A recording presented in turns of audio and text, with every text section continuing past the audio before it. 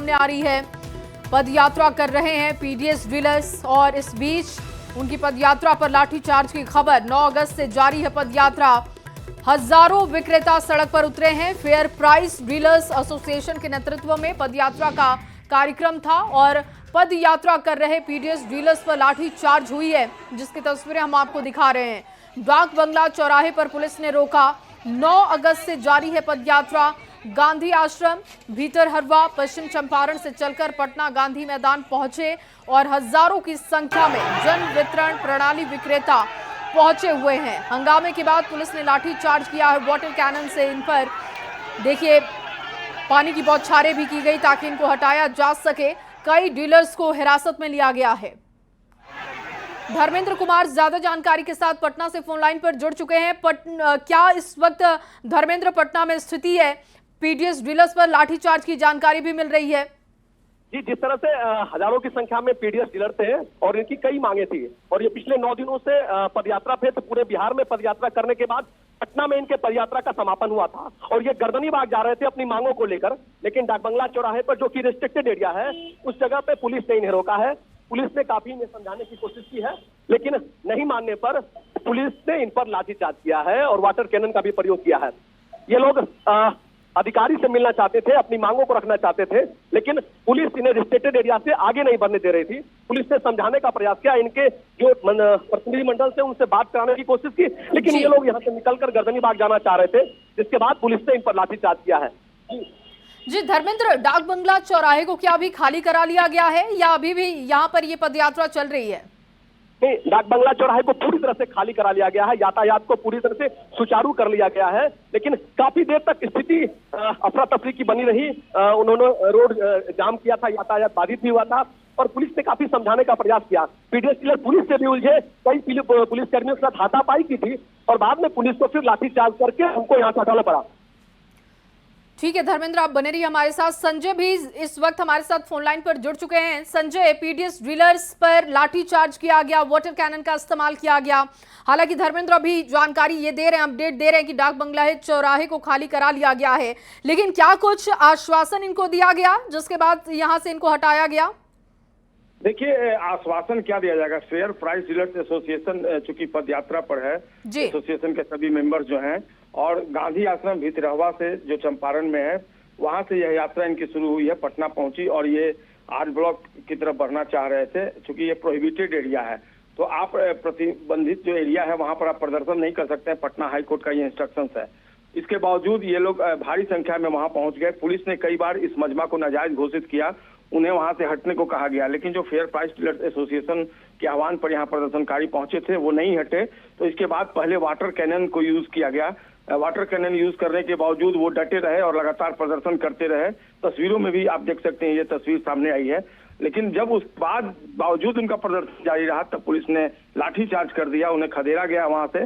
चूंकि आपको पता है डाक बंगला चौराहा पटना राजधानी पटना की हृदय स्थली है और वहां पर अगर ट्रैफिक को इंटरप्ट कर दिया जाए तो पूरे राजधानी पटना की ट्रैफिक व्यवस्था अस्त व्यस्त हो जाती है, ध्वस्त हो जाती है और इस कारण इम्पैक्ट पड़ रहा था। विभिन्न मार्गों पर जाम की स्थिति बन गई थी, लेकिन जब नहीं हटे तब पुलिस ने लाठीचार्ज कर फिलहाल वहां से उन्हें खदेड़ दिया है। जी, लेकिन संजय, कई दिनों से ये पदयात्रा चलकर ये पटना पहुंची थी, तो क्या जब डाक बंगला चौराहे से इन्हें हटा दिया गया है तो ये माना जाए कि अभी ये पदयात्रा खत्म हो गई है?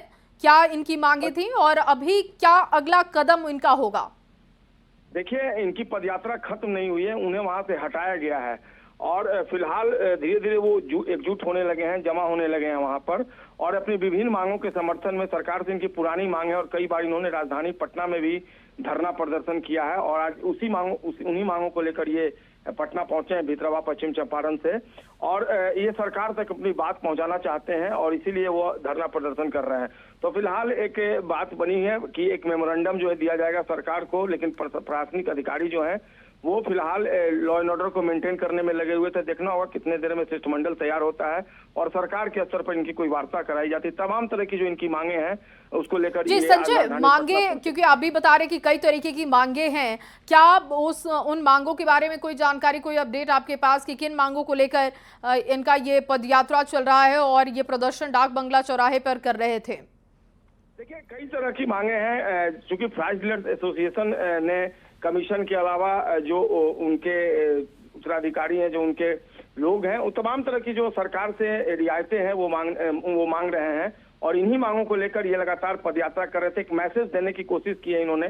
पदयात्रा में कई जिलों से होते हुए ये पटना पहुंचे हैं, लेकिन जो इनका मेमोरेंडम है वो तैयार हो रहा है। देखना होगा किस तरह की बात इन सरकार पहुंचती और सरकार किस तरीके से पेशेंसली इनकी बातों को सुनती है और कितनी मांगे जो हैं वो सरकार मानने को तैयार होती है। क्योंकि ये चुनावी वर्ष है और चुनावी वर्ष में लगातार प्रेशर टैक्टिक्स विभिन्न संगठनों द्वारा सरकार पर बनाया जा रहा है। और इसी कड़ी में आज फेयर प्राइस डीलर्स एसोसिएशन के जो मेंबर्स हैं, काफी संख्या है इनकी बिहार में, और ये पहुंचे हैं। अब देखना होगा सरकार कितनी जस्टिफाई इनकी जो मांगे हैं उनको मानती है और आगे इनका आंदोलन कौन सा रूप लेता है। जी बिल्कुल। और संजय, क्योंकि चुनावी समय है तो ऐसे में ये गंभीरता भी सरकार को दिखानी होगी, क्योंकि अच्छी खासी तादाद इनकी है और एक प्रेशर पॉलिटिक्स यहाँ पर होते हुए भी दिख रहा है।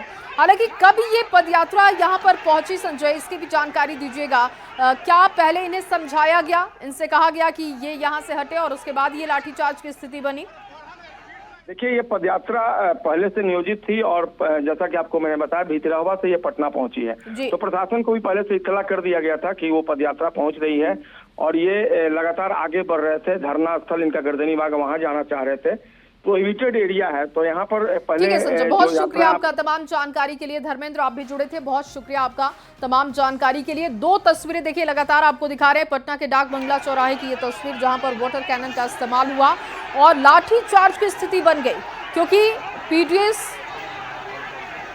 डीलर की मांग चल रही थी। राशन डीलर अपनी मांगों को लेकर यहां पर पहुंचे थे और प्रतिबंधित जगह होने की वजह से यहां से इन्हें खाली करने के लिए बोला गया, लेकिन उसके बाद लाठीचार्ज की नौबत भी आई। और आगे बढ़ते हुए एक और बड़ी खबर आपको दे। बिहार में एसआईआर पर सुप्रीम कोर्ट में सुनवाई। एसआईआर पर सुप्रीम कोर्ट का बड़ा फैसला। नाम जुड़वाने के लिए आवेदन ऑनलाइन कर सकते हैं। 8 सितंबर को अगली सुनवाई है। कोर्ट ने यह भी साफ किया कि फॉर्म 6 में बताए गए दस्तावेज जैसे कि ड्राइविंग लाइसेंस, बैंक का पासबुक, पानी का बिल आदि भी सबूत के तौर पर लगाए जा सकते हैं। शंकर आनंद ज्यादा जानकारी के साथ जुड़ चुके हैं। शंकर, सुप्रीम कोर्ट की तरफ से बड़ी बात कही गई, बड़ा फैसला हुआ, चाहूंगी विस्तार से दर्शकों को बताइएगा। तो एसआईआर पर सुप्रीम कोर्ट में सुनवाई हुई। एसआईआर पर सुप्रीम कोर्ट ने देखिए बड़ा फैसला दिया है और इसके साथ साथ ये भी साफ किया गया है कि फॉर्म 6 में बताए गए दस्तावेज जैसे कि ड्राइविंग लाइसेंस और बैंक का पासबुक, पानी का बिल आदि भी सबूत के तौर पर लगाया जा सकता है। लोगों के लिए सहूलियत है। कई तरीके के डॉक्यूमेंट्स हैं जो कि वो लगा सकते हैं, जिसमें देखिए बैंक का पासबुक भी आप लगा सकते हैं। और 8 सितंबर को अगली सुनवाई होगी। नाम जुड़वाने के लिए आवेदन दिया जा सकता है। ऑनलाइन आप ये आवेदन दे सकते हैं। फॉर्म 6 को लेकर भी जानकारी दी गई। जो दस्तावेज बताए गए हैं जिसमें ड्राइविंग लाइसेंस है, बैंक का पासबुक और पानी के बिल आदि जैसे सबूत के तौर पर फॉर्म 6 के साथ जोड़े जा सकते हैं। एसआईआर पर सुप्रीम कोर्ट का बड़ा फैसला। अगली सुनवाई का इंतजार करना होगा, लेकिन उससे पहले आपको बता दें कि 8 सितंबर को अगली सुनवाई है और एक बार फिर से एसआईआर को लेकर सुप्रीम कोर्ट में सुनवाई हुई। सुप्रीम कोर्ट ने बड़ा फैसला दिया। एसआईआर पर सुप्रीम कोर्ट का बड़ा फैसला सामने आ चुका है कि नाम जुड़वाने के लिए आवेदन ऑनलाइन कर सकते हैं। 8 सितंबर को अगली सुनवाई अब सुप्रीम कोर्ट करेगा। कोर्ट ने यह भी साफ किया कि फॉर्म 6 में बताए गए दस्तावेज जैसे कि ड्राइविंग लाइसेंस है, बैंक का पासबुक है, पानी का बिल है, ये तमाम चीजें भी आप सबूत के तौर पर दे सकते हैं। लगातार इस वक्त की बड़ी खबर आपको दे रहे। एक तरफ एसआईआर पर देखिए हंगामा मचा हुआ है, विपक्ष लगातार सवाल उठा रहा है। दूसरी तरफ सुप्रीम कोर्ट में भी ये मामला है। एसआईआर पर सुप्रीम कोर्ट ने आज सुनवाई की और सुनवाई के दौरान एक बड़ा फैसला एसआईआर का प्रकाशित करने के लिए जिस तरह से सोशल मीडिया और अन्य माध्यम से तमाम जानकारियां जो हैं आम लोगों को दी जा रही है, उसके बारे में कोर्ट को बताया गया। चुनाव आयोग के द्वारा जो तमाम हलफनामा दिया गया, तमाम जानकारियों को बताया गया, तो उसके बारे में आज कोर्ट के सामने तमाम दलीलों को रखा गया। इसके साथ ही ये भी कुछ जो दिशा निर्देश दिए गए हैं कि अभी भी कई ऐसे लोग हैं, लाखों हजारों लोग हैं जो अपना नाम जुड़वाना चाहते हैं, तो उसके लिए उचित जो प्रमाण पत्र हैं वो आपको लेकर जाइए और उसके बाद आप नाम जुड़वा सकते हैं। इसके लिए ऑनलाइन जो प्रक्रिया है उसको भी बेहद आसान किया जा रहा है। इसके साथ ही जिस तरह से एक सवाल भी उठा कि बहुत सारे ऐसे राजनीतिक दल जो इस मामले को लेकर राजनीति कर रहे हैं, तमाम आरोप प्रत्यारोप लगा रहे हैं, लेकिन वो इस मामले पर बहुत ज़्यादा मदद करते हुए नहीं दिख रहे हैं। तो उन राजनीतिक जो 11 प्रमुख राजनीतिक दल हैं उनके प्रतिनिधियों को भी कहा गया है कि उसके द्वारा भी इस मामले पे जवाब दाखिल किया जाए और अगली जो तारीख है उस तारीख को बाकायदा इस मामले पर जब सुनवाई होगी तो तमाम बातों को सामने रखा जाएगा, क्योंकि कोर्ट तो ऑनलाइन आवेदन भी कर सकते हैं और इसके साथ ही क्या आप सबूत के तौर पर डॉक्यूमेंट्स दे सकते हैं उसकी जानकारी भी दी गई। एसआईआर पर सुप्रीम कोर्ट में सुनवाई हुई और सुप्रीम कोर्ट ने ये बड़ा फैसला दिया है। एसआईआर पर सुप्रीम कोर्ट का बड़ा आदेश सामने आ चुका है। ऑनलाइन आप आवेदन दे सकते हैं। 8 सितंबर को अब देखिए सुप्रीम कोर्ट की अगली सुनवाई होगी और उससे पहले नाम जुड़वाने के लिए ऑनलाइन आवेदन दिया जा सकता है। ये सुप्रीम कोर्ट ने अपनी सुनवाई में बात कही। ऑनलाइन आवेदन आप कर सकते हैं, आपके लिए एक बड़ी सहूलियत ये होगी। और इसके साथ ही फॉर्म 6 का भी जिक्र सुप्रीम कोर्ट ने किया और सुप्रीम कोर्ट ने ये बताया कि आप क्या क्या डॉक्यूमेंट उसमें लगा सकते हैं ताकि किसी भी तरीके की दिक्कत मतदाताओं को ना हो। और 8 सितंबर को सुप्रीम कोर्ट की अगली सुनवाई होगी। उससे पहले ये आदेश सुप्रीम कोर्ट का है कि नाम जुड़वाने के लिए आप ऑनलाइन आवेदन कर सकते हैं। और चलिए आगे बढ़ते हुए दिल्ली से आपको खबर दें। दिल्ली एनसीआर में आवारा कुत्तों के मामले पर डॉग लवर्स को बड़ी राहत मिली। डॉग लवर्स की बड़ी जीत हुई है। सुप्रीम कोर्ट ने पकड़े गए आवारा कुत्तों को टीका लगाकर वापस उसी इलाके में छोड़ने का आदेश दे दिया है जहां से उनको पकड़ा गया था। बता दें कि यह फैसला 3 जजों की बेंच ने सुनाया। जस्टिस विक्रमनाथ, जस्टिस संदीप मेहता और जस्टिस एनवी अंजारिया की बेंच ने डॉग लवर्स के हित में फैसला सुना दिया है। सुप्रीम कोर्ट ने आवारा कुत्तों को शेल्टर होम भेजने वाले अपने ही आदेश में संशोधन किया। सुप्रीम कोर्ट ने कुछ बातों को सख्ती से लागू करने का आदेश भी दिया। सुप्रीम कोर्ट ने कहा कि सार्वजनिक स्थानों पर आवारा कुत्तों को खाना खिलाना प्रतिबंधित होना चाहिए। ऐसा करने वाले व्यक्ति के खिलाफ उचित कार्रवाई होगी। कुत्तों को सार्वजनिक रूप से भोजन कराने की अनुमति नहीं मिलेगी। आपको आवारा कुत्तों के लिए अलग से भोजन स्थान बनाया जाएगा जहां पर आप उन्हें खाना खिला सकते हैं। तो देखिए ये सुप्रीम कोर्ट की तरफ से संशोधन किया गया है और सुप्रीम कोर्ट ने ये कहा कि कुछ राहत जरूर डॉग लवर्स को दी जा रही है। आप उन्हें कहीं भी खाना नहीं खिला सकते। सार्वजनिक रूप से अगर भोजन कराते हैं तो फिर इसके खिलाफ कार्रवाई भी होगी। आवारा कुत्तों के लिए अलग से भोजन स्थान तैयार किया जाएगा। ये सुप्रीम कोर्ट की तरफ से बात कही गई। दरअसल लगातार इसका विवाद हो रहा था, लेकिन अब टीका लगाकर उन्हीं जगहों पर आवारा कुत्तों को छोड़ा जा रहा है जहां से उनको उठाया गया था।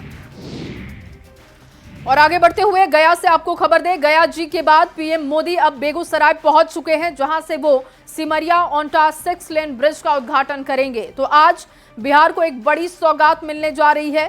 कई आधुनिक तकनीक से लैस ये सिमरिया ओंटा 6 लेन ब्रिज जिसका उद्घाटन प्रधानमंत्री मोदी करने वाले हैं और गया जी से वो बेगूसराय पहुंच चुके हैं और यहां पर आज बिहार वासियों को एक बड़ी सौगात देने जा रहे हैं। क्या है खासियत और सौगात से कैसे बिहार वासियों को लाभ मिलेगा, ये भी लगातार हम आपको बता रहे हैं। पुल की चौड़ाई 34 मीटर बताई जा रही है। और बिहार में वोटर अधिकार यात्रा के 6ठे दिन मुंगेर में लोकसभा के नेता प्रतिपक्ष राहुल गांधी और आरजेडी नेता तेजस्वी यादव ने मुंगेर में खानकाह रहमानी मस्जिद का दौरा किया। दोनों ने मुस्लिम विद्वानों से जाकर मुलाकात की। तेजस्वी यादव ने कहा कि किसी में दम नहीं कि बिहारियों का वोट काटे। निर्वाचन आयोग से मिलकर बीजेपी के लोगों ने साजिश रची है। और अगली खबर भागलपुर से ये बड़ी जानकारी आपको दे। भ्रष्टाचार के खिलाफ आर्थिक अपराध इकाई की टीम ने एक्शन लिया। अवर निबंधक विनय सौरभ के कई ठिकानों पर आज सुबह से छापेमारी हो रही है। बताया जा रहा है कि शिकायत थी कि विनय सौरभ ने अवैध तरीके से आय से अधिक संपत्ति अर्जित की। पटना से पहुंची ईओयू की टीम ने जब वहां पर दस्तक दी तो एक एक करके राज खुलने लगे। छापेमारी में कई अहम दस्तावेज बरामद होने की खबर है। और इस बीच आपको बड़ी खबर दे, ईओयू आधिकारिक सूत्रों से यह बड़ी जानकारी मिल रही है। आज भी ईओयू कार्यालय नहीं पहुंचे मिश्री लाल यादव। नोटिस के बाद देखिए वो ऑफिस नहीं पहुंचे। बीजेपी विधायक ने बीमार होने का हवाला दिया है। मिस्ट्री लाल के वकील ने इस बात की जानकारी दी कि उनकी तबीयत ठीक नहीं है और इसी वजह से वो आज पूछताछ के लिए जब बुलाया गया था तो वो ईओयू के ऑफिस नहीं पहुंचे हैं। सोमवार को कोर्ट का दरवाजा खटखटाने वाली है ईओयू। और अगली खबर बगहा से है, जहां बगहा के रामनगर से खबर, यूरिया को लेकर किसानों की परेशानी अब भी खत्म नहीं हो रही। हालात ऐसे हैं कि रात भर किसान खाद की दुकानों के बाहर डटे रहते हैं ताकि सुबह नंबर से पहले वो लाइन में खड़े हो जाएं, समय पर खाद मिल सके। तस्वीरें जो इस वक्त आप देख रहे हैं ये रामनगर की है, जहां किसान सड़क किनारे ही रात गुजारते दिखाई दे रहे हैं। कोई घर से खाना लेकर आया है तो कोई बिस्किट खाकर रात काट रहा है। ईंट पत्थर बोरा झोला तक लाइन में गवाही दे रहे हैं। खाद की मारामारी किस कदर है इन तस्वीरों से आप समझ सकते हैं। ये मैंने यूरिया खतरा के काल से मरत नहीं, सारी दिन खत्म हो गई, सांझ का बंद हो गई। फिर ये बार सारी रात गुजरी, बिहाने फिर मिली कि ना मिली, एगो नाती बा वगैरह कर लेके आ दे खाने का। ये बजे 1 बजे से हम ये पानी लाइन में लगल गए, हमारे इधर यूरिया ना मिलल। फिर एबर रात गुजारा तनी बिस्कुट खा के पानी देखी बिहाने पर फिर देना कि ना देना। और चलिए इसी खबर के साथ इस बुलेटिन में बस इतना ही। आप बने रहिए न्यूज़ 18 बिहार झारखंड के साथ।